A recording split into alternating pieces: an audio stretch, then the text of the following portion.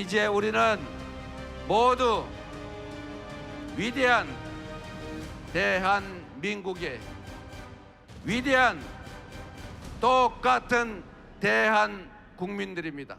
함께 갑시다.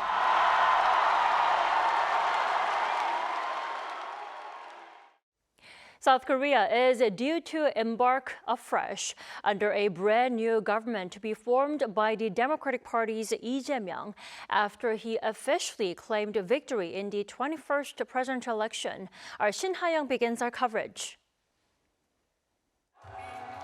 New President-elect Lee Jae-myung of the Democratic Party of Korea delivered a victory speech on Wednesday where he said he would not forget the mission entrusted to him and promised to carry it out faithfully. In his remarks as his first mission, he said he would be overcoming what he described as an insurrection. The DP has been calling former President Yoon Suk-yeol's brief imposition of martial law an act of insurrection that undermined the constitutional order. 여러분이 저에게 맡기신 첫 번째 사명, 내란을 확실히 극복하고 다시는 국민이 맡긴 총칼로 국민을 겁박하는 군사 쿠데타는 없게 하는 일, 이 나라의 민주주의를 회복하고 민주공화정 그 공동체 안에서 우리 국민들이 주권자로서 존중받고 증오, 혐오가 아니라 인정하고 협력하면서 함께 살아가는 그런 세상을 만드는 것, 반드시 그 사명에 따라서 지켜내겠습니다. He stressed that presidential power comes from the people. He also reaffirmed his commitment to reviving the economy and improving people's livelihoods. Among his pledges, he called for a peaceful and coexistent Korean peninsula. During his speech, he reiterated his commitment to national unity, a message he has consistently emphasized throughout his campaign. 잠시 다투었지라도 우리를 지지하지 않은 그분들도 대한민국 국민들입니다. 입장이 다르고 생각이 다르고 다른 색깔의 옷을 잠시 입었을지라도 이제 우리는 모두 위대한 대한민국의 위대한 똑같은 대한국민들입니다. 함께 갑시다. On Tuesday, he remained at his home in Incheon's Gyeonggu district even during the announcement of the exit polls, which projected him to win with 51.7% of the vote. But once his victory became more certain, he left to visit the party's main headquarters to thank party members. He then headed to Yeouido, where the party held a public event attended by party members and supporters who gathered to watch the vote count together. Shin Ha-young, Arirang News. Now, with that being said, the People Power Party's Kim Moon-soo will now have to suffer the bitter failure and accept the loss. He kept his acceptance speech short and brief. Our Kim Do-yeon reports. After staying quiet throughout Election Day, the People Power Party's candidate Kim Moon-soo accepted defeat at around 1:35 a.m. on Wednesday. He had arrived around 10 minutes before, but decided to wait until the winner, Lee Jae-myung, finished his victory speech down the street. Taking the mic, he thanked his supporters, congratulated Lee, and kept it short. I thank those who fought alongside me. Korea, under any challenge, takes great leaps forward through the power of its people. I thank those who supported me despite my shortcomings. After wrapping up, he didn't take any questions but shook hands with the camp members and the media and left the briefing room. The media had been waiting since early in the evening for Kim to emerge and concede defeat, right after the exit polls came out, which forecast that Kim would lose by a double-digit figure. With that, the campaign leadership, who gathered at the Situation Room set up in the National Assembly Library, remained quiet, and many of them soon left the Situation Room. Only PPP lawmaker and former primary contestant An Chol-soo remained in his seat past midnight along with another contestant, Yang Hyang-ja.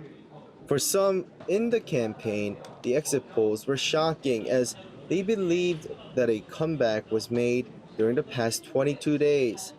The campaign, still grappling with the fallout from the martial law declaration and the impeachment of former President Yoon Suk-yeol, tried to carefully balance its message, aiming not to upset Yoon and the party's loyal base, while also reaching out to undecided voters by creating some distance from Yoon. In addition, it targeted Lee Jae-myung's legal risks to create an anti-Lee Jae-myung coalition. While in the end, Kim did narrow the gap to a single digit, it wasn't enough. 김도현, Arirang News. It's been 8 hours since vote counting began, and we are seeing a close end to the vote counting. We go over to our election wall for exact voter turnout figures once again. Angie, why don't we start with the overall voter turnout? Sure, Tommy. The voter turnout for this election reached almost 80%, the highest in 28 years. This shows just how many South Koreans made efforts to engage in democracy, especially after the country went through 6 months of turmoil sparked by a failed martial law attempt. Almost all of the ballots have now been counted, so let's take a look at the exact numbers. As of 3:30 a.m., more than 98% of the ballots are now in, and Democratic Party's Lee Jae-myung has won the presidential race. He has earned nearly 50% of the votes, and People Power Party's Kim Moon-soo has around 41.4%, followed by Reform Party's Lee Jun-seok with around 8.3%. Now let's break this down by region. First off, let's start in Seoul. This was a battleground region as it's the most populated area of the country with a lot of independent voters that do not lean toward either the Democratic or Conservative Party. So let's take a look here. Democratic Party's Lee Jae-myung was in the lead by taking more than 45% of the votes, followed by Kim Moon-soo with 42.3%. Next, Busan, a conservative stronghold. Kim Moon-soo outperformed Lee Jae-myung by taking more than half of the votes, followed by Lee Jae-myung with around 40%. Daegu, another conservative stronghold. Kim Moon-soo clearly took the lead here by taking more than 65% of the votes, followed by Lee Jae-myung with 23%. In Incheon, Lee Jae-myung defeated Kim Moon-soo by gaining more than 50% of the votes, Kim Moon-soo following him behind by taking 38.4% of the votes. Next, over in Gwangju, a liberal stronghold, Lee Jae-myung clearly led the race there with more than 84% of the votes.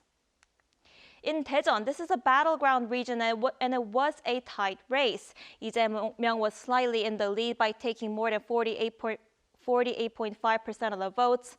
Kim Moon-soo following him closely behind by taking 40.6% of the votes. In Ulsan, this would normally be seen as a conservative stronghold, but surprisingly, it was a neck-and-neck race there, showing many people voted for Democratic Party's Lee Jae-myung in this election. He earned more than 42% of the votes, while Kim Moon-soo gained around 47.6%. In Sejong, now this is a city where Lee Jae-myung has vowed to transform into the country's administrative capital, and Kim Moon-soo also pledged to build a second presidential office there. So let's take a look here. Lee Jae-myung outperformed Kim Moon-soo by taking more than half of the votes. Next, Gyeonggi-do Province. This is where both Lee Jae-myung and Kim Moon-soo served as a governor in the past. So let's see who's in the lead. More Gyeonggi-do Province voters have voted for Lee Jae-myung, who took more than half of the votes. Next, over in Gangwon-do Province, 98% of the votes have been counted. Kim Moon-soo in the lead by taking more than 47% of the votes. Next, I want to go over to Chungcheongbuk-do Province. Chungcheong-do provinces are important regions because it's considered as swing regions in South Korea's presidential elections.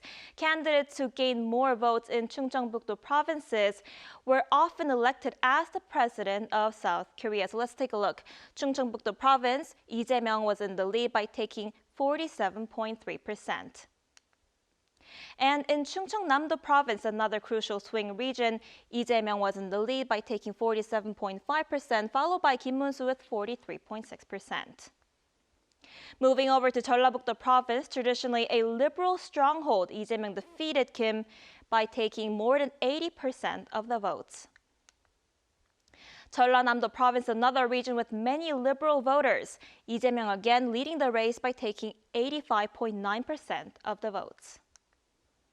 Next is Gyeongsang-buk-do province. This is a conservative stronghold. Kim Moon-soo led the race there by gaining more than 66% of the votes.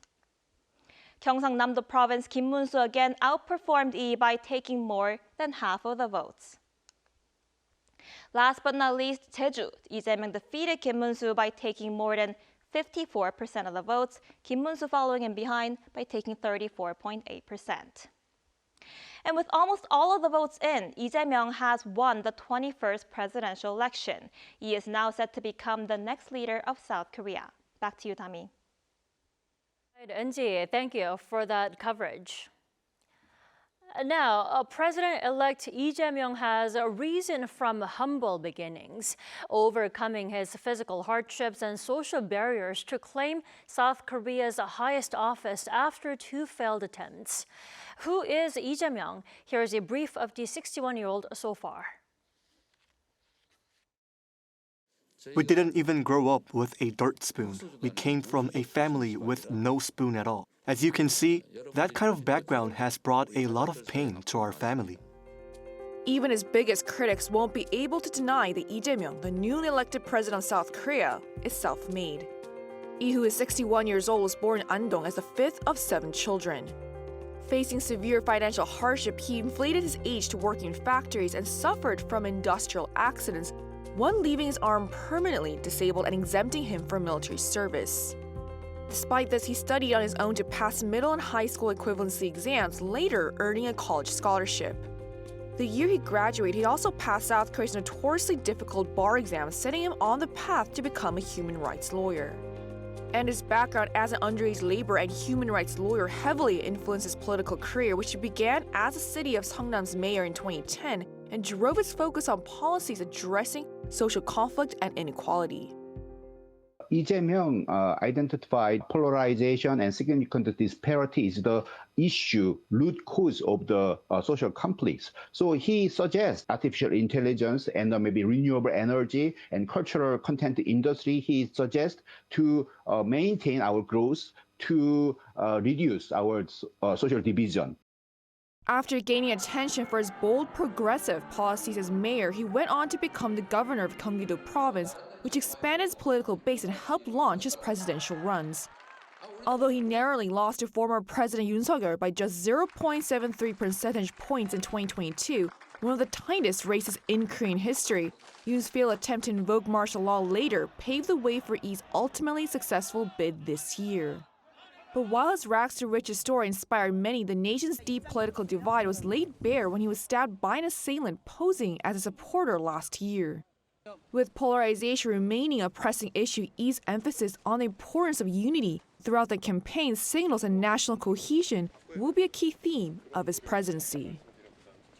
One of our biggest challenges is achieving social unity. This is essential to restoring livelihoods, reviving the economy, and building a democracy where everyone shares opportunities and hope. 이수진, Arirang News. We now have a clear picture of the incoming South Korean government, but some of the counting stations are still open nationwide, and our Park Kwon-woo is at one of them. Kwon-woo, fill us in. Yes, Tammy. I'm currently at one of the 254 counting stations across the country. We do have a clear winner now after 7 to 8 hours of counting, but the process continues as a few votes remain. The counting station where I'm at in southern Seoul ended the process just before 4 a.m. this morning, so this place is all wrapping up their tables and all the polling machines and everything. But just minutes ago, those who are involved in the early stages, such as box opening, have been waiting for hours to wrap up. Some are even fast asleep from exhaustion. Throughout the previous hours, the process here had been running smoothly and orderly. There was even some snack time for the people counting to have a break. The National Election Commission originally expected the counting nationwide to be completed by 6 a.m., but it seems like there's a possibility for that to be brought forward. Then at 7 to 9 a.m., the NEC is expected to confirm the winner, and right afterwards, the winner will be able to start his presidential term. That's right, Kanu. Things are getting wrapped up. Now, the past few hours have been quite a roller coaster. How did the whole counting process go? Was it smooth enough? Yes, I can say that it was smooth enough. A total of around 70,000 personnel have been deployed to make that happen, while ensuring transparency, especially as there has been some speculation of electoral fraud.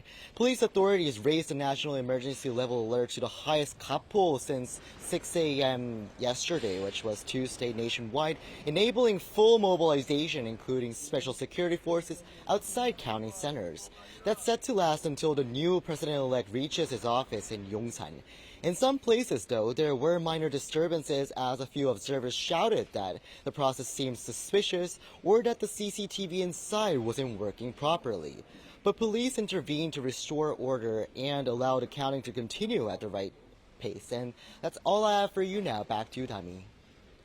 All right, Kanu, it's been a long night. Thank you for that report. So South Korean voters finally got their say on this big day. People across the country returned to polling stations to make sure their votes count. Our An Sung-jin tells us more. The 21st presidential election has come to an end.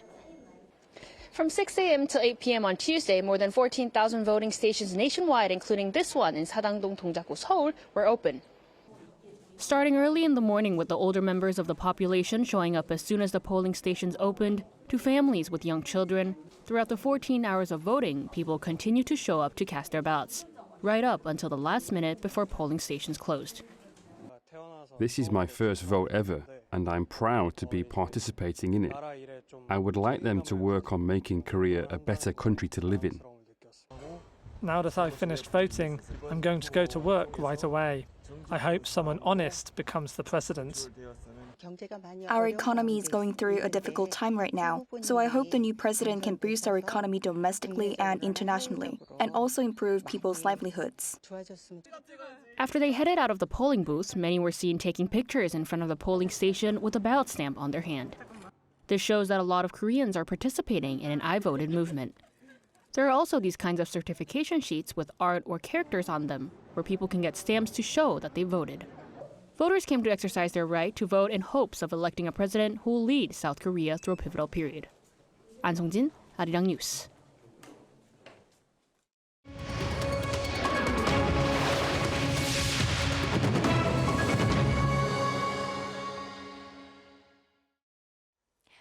.4% voter turnout, and it took just over 5 hours to certify Democratic Party's Lee Jae-myung has won the presidential election.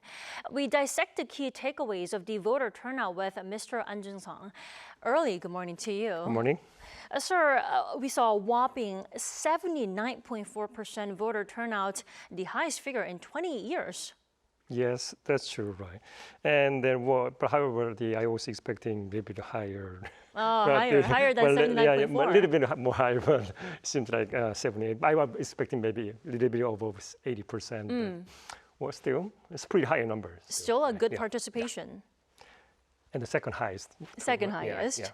Right, and the Liberal Party's Lee Jae-myung, as he has officially claimed a victory, we are still seeing the votes being counted, but it looks like he's close to clinching that 50% majority of the votes. Now, we've seen that throughout the campaign period, even before the so-called blackout period, that all the presidential election, the runners in the past who led the polls managed to, become the president eventually, right? Yeah, that's true. I think that, Lee Jae-myung had been leading the poll for entire period. And right. Plus, the interesting thing is that I think his approval, the rate, about the average 48% throughout the period, and then it turned out to be about 49 plus, a little bit more above 49%. So it's all about 1 point difference from the polling. So it's very interesting to see how close to, the number he get in the actual final result. Well, you were expecting higher voter participation, but did that figure surprise you by any chance? Well, I was expecting a little bit higher voting turnout, also the higher rate for him to maybe above 50%, maybe something, but a little bit lower than I expected. But still, I think there's such a widespread in public anger, something, what happened on December 3rd and what happened thereafter. There still is a resentment in the public. It's widely spreading. So I think that's what we have to see. And then I'm hoping maybe if we were be elected, it's going to over 50% support, because that will be having stronger driving force in the first term. So I guess that's hoping they will try to do well, and plus that DP is controlling the National Assembly, so it's going to be maybe very smooth start for him. Also, there will be good the honeymoon period because between the executive office and the legislature. That's be a good start for him. Exactly. We always have to go through that honeymoon period for any president around the world. Now, it's also noteworthy what the centrists of South Korea bet on. Which candidate did the centrists bet on this time? Well, that's an interesting question, because many people talk about centralists, how they voted for. But my question is that how can you define the centralist, right? And because South Korea has been using the secret ballot system, means that we don't know who voted, and we don't even know who's your friends or your wife or husband voted for. That's anyway, true. right? The secret ballot, right? So I guess what we can do, and based on the facts that we can speculate based on the undecided vote what happened, because I would check that our previous voting, the previous polls, and it showed about 15% average undecided vote. But it's very interesting that our 15% undecided vote, about 12% turn out to be shy voter. So go for the Kim Mun-soo or the Lee Jun-suk, and only 1% went to the Lee Jae-myung. So I guess there's a symptom based on that the exit poll. I think that there's still quite a number of the shy voters in Korea right now. Right, and there wasn't a major surprise or a twist in voter turnout by region, though, right? Yes, actually, I was a little bit surprised, actually, because if you see that data and the early voting, there was a quite strong, very surprising result, except I think Lee Jae-myung won most region except the southeast, even the Gyeongsang-Bukdo only. I think it's very surprising. But actually, in reality, at the end, the final poll it seems quite different, and just divide east and west divide once again. But we haven't get final result yet. So, but it seems like they still have a big divide between the south and east and west region. I think that's the one. Yeah, and I was a little surprised that Gangwon province in the beginning, according to the exit poll, seems like Lee Jae-myung was leading, but we have to wait and see what really happened. But I guess it's not going to happen this time. Right. Well, last but not least, we have to talk about the voter turnout by the age group, because I do have to mention people in the 20s and 30s showed up to be a major force in this snap presidential election. Now, what do you think how it turned out this time? It's an interesting question. It's a very similar answer with the previous question. Is that how can you know who's the aging voter, right? Right. Well, it's based on, I think the number is based on the exit poll being conducted by the broadcast companies, and what we can expect from that. I think that according to the exit poll analysis, I think that the 50s actually become more liberal in a way, and then 10 and 20 become more conservative. I think there's a big change in the demographic changes, and plus, however, you have to look at the population growth rate right now. Right. So that the 50s and really the baby boomers, and the 10s and 20s, and that's very small number of the voters. So that may be I think we factor later on what happened in the future demographic. Also, not only the regional, the separation, and also there's age and gender gap among the constituents. So I guess we have to see. So it's not going to be easy game for any party from now on, because there will be regional issues. Also, there's a demographic issues as well. South Korea is a growing, aging society, so it'll be interesting to see, how that affects the upcoming elections in the future. Yeah, there could be a factor there. Definitely, sir. Thank you so much for coming in this early in the morning. My pleasure. Right. And that wraps up our special coverage on South Korea's 21st snap presidential election. Thank you so much for watching.